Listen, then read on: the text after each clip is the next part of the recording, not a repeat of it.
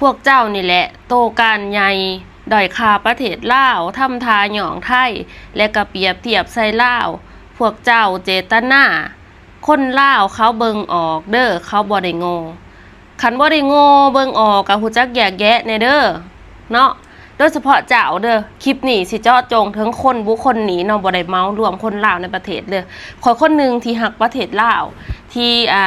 เกิดอยู่ลาวใหญ่อยู่ลาวถึงข่อยสิบ่ได้ทำงานอยู่ลาวแต่ข่อยก็ฮักประเทศลาว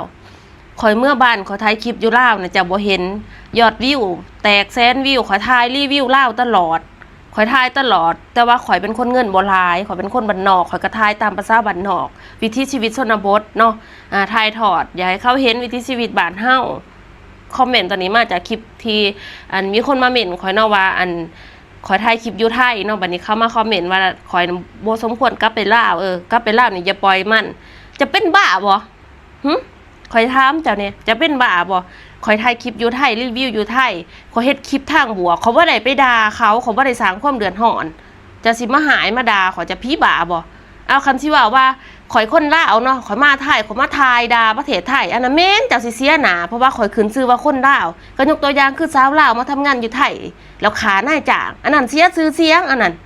แม่นอันนี้ข่อยบ่ได้เฮ็ดหยังเสียชื่อเสียงข่อยไปเที่ยวข่อยถ่ายคลิปสถานที่ท่องเที่ยวมื้อนี้ข่อยมาหม้องนี้เด้อพี่น้องมารถไฟบ่เคยเห็นเฮาก็บ่เคยเห็นอีหลีหรือเจ้าเคยเห็นเนาะบ่แตกต่างหยังจากคนลาวที่ไปอเมริกาคนลาวที่ไปเกาหลีคนลาวที่ไปเที่ยวต่างประเทศไปยุโรปอังกฤษฝรั่งเศสได้ก็แล้วแต่ข้าเจ้าก็อยากถ่ายทอดภาพบรรยากาศที่ข้าเจ้าได้ไปณสถานที่หม้องนั้นและเฮา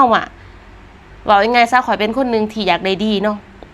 ข่อยเว้าแต่แนวดีๆบ่ว่าข่อยสิอยู่ไสเนาะอยู่ประเทศไทยข่อยก็เว้าเรื่องดีอยู่ประเทศลาวข่อยก็เว้าเรื่องดีเจ้าบ่เห็นคลิปข่อยจะเห็นข่อยคลิปเดียวจะตัดสินข่อยเนาะแต่ว่า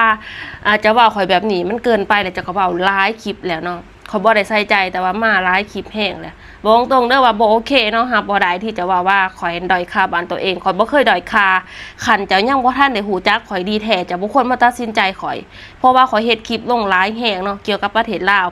จะไปหาศอกหามามองได้ข่อยด้อยค่าประเทศลาวมองได้ข่อยเฮ็ดคลิปด่าประเทศลาวข่อยด้อยค่าแบบใดไปหามาดูเนาะถ้าว่าเจ้าบ่มีข้อมูลแล้วเจ้าอย่าเว้าเนาะตัดสินแค่ความคิดเจ้าผู้เดียวมันบ่ได้เนาะเพราะว่าข่อยบ่เคยด่าประเทศลาวข่อยฮักประเทศลาวข่อยกลับเมื่อบ้านนี่ข่อยถ่ายคลิปอยู่ลาวเนาะให้จับไปเบิ่งหลายๆคลิปก่อนจะสิตัดสินคนเฮามันอยากได้ดีมันเว้าเรื่องดีมันผิดบ่ข่อยบ่เคยสร้างความแตกแยกให้ระหว่างไทยลาวน่ะมันดีแล้วใครก็สิมา